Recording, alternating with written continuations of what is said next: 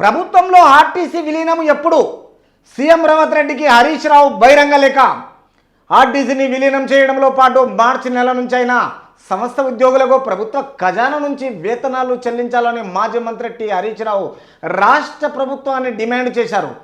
So ఈ Telangana RTC విషయంలో మాజీ మంత్రి హరీష్ రావు గారు, మన హగ్గిపేటల హరీష్ రావు గారు, తండ్రి హరీష్ రావు కాదైనా హరీష్ రావు గారు ఏమంటున్నారంటే, ప్రభుత్వంలో ఆర్టీసీని విలీనం ఎప్పుడు చేస్తారు అడుగుతున్నారు.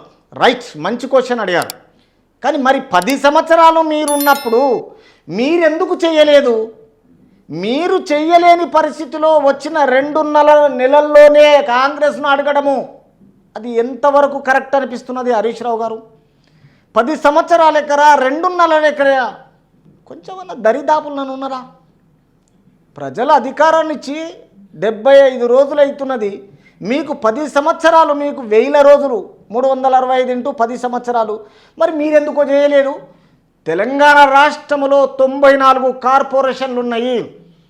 ఈ కార్పొరేషన్లలో ఆర్టీసీని మొత్తము భూస్థాపితం చేసిన మీ కల్వకుంట్ల చంద్రశేఖరరావు గారు, మాజీ సీఎం, ఆర్టీసీని కొలాబ్ చేసేసి బస్సులన్నీ తీసి ప్రైవేట్ కాంట్రాక్టులు ఇచ్చి ఎల్మ వాళ్ళని డిఎంలుగా ఆఫీసర్లను కొనసాగిస్తూ 1079 మందిని రిటైర్ ఆఫీసర్లను పెట్టుకొని లక్షల కొద్దికి తెలంగాణ రాష్ట్ర ప్రజల సొమ్మును సాలరీగా ఇచ్చేసి ఏ ఒక్క ఎంప్లాయీకి 4 రిటైర్ అయిన ఎంప్లాయీకి ఆయన ప్లేస్లో 4-5 ఈజీగా కొత్త ఉద్యోగాలు ఇచ్చి పరిపాలన కొనసాగేది ఇచ్చిపెట్టి ఈరోజు ఆర్టీసీని మీరు భూస్థాపితం చేసి మళ్ళీ తిరిగి లాస్ట్ మూమెంట్లో ఆర్టీసీని మేము ఖచ్చితంగా దీన్ని పర్మనెంట్ చేస్తామనేసి అతి తొందరలోనే గవర్నర్ గారికి లేఖ రాయడం జరిగింది. మాజీ సీఎం చంద్రశేఖరరావు గారు లేఖ ఎక్కడ పోయింది?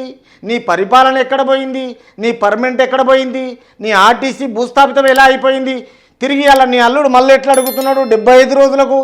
కొంచెం ఆలోచన చేయాలి. మనం చేస్తే సంసారం, వేరేలు చేస్తే వ్యభిచారం టైపు అర్థం ఉండాలి మాట్లాడేటప్పుడు. కొంచెమన్నా మీ పరిపాలన ఏం చేస్తున్నారు? ఏం చేశారు ఇంతకుముందు? ఇప్పుడు వచ్చిన వాళ్ళు ఏం చేస్తున్నారు? ఇలా ఒక్కరోజన్న గ్యాస్ గురించి ఆలోచన చేశారా? ఒక్కరోజు పెట్రోల్ గురించి ఆలోచన చేశారా? ఒక్కరోజు హాస్పిటల్ గురించి ఆలోచన చేశారా? ఒక్కరోజు స్టూడెంట్ నోటిఫికేషన్ల గురించి ఆలోచన చేశారా? పోనీ ఒక్కరోజు మీరిచ్చిన కాంట్రాక్టు ఆంధ్ర వాళ్ళకు ఏం జరుగుతున్నాయని తిరిగి చూశారా? పోనీ ప్రజలలో తెలంగాణ రాష్ట్రం మొత్తం, రాష్ట్ర సరౌండింగ్ మొత్తం ఒక్కరోజన్నా వెళ్ళారా? ప్రజల మనోభావాలు ఏమైనా తెలుసుకున్నారా?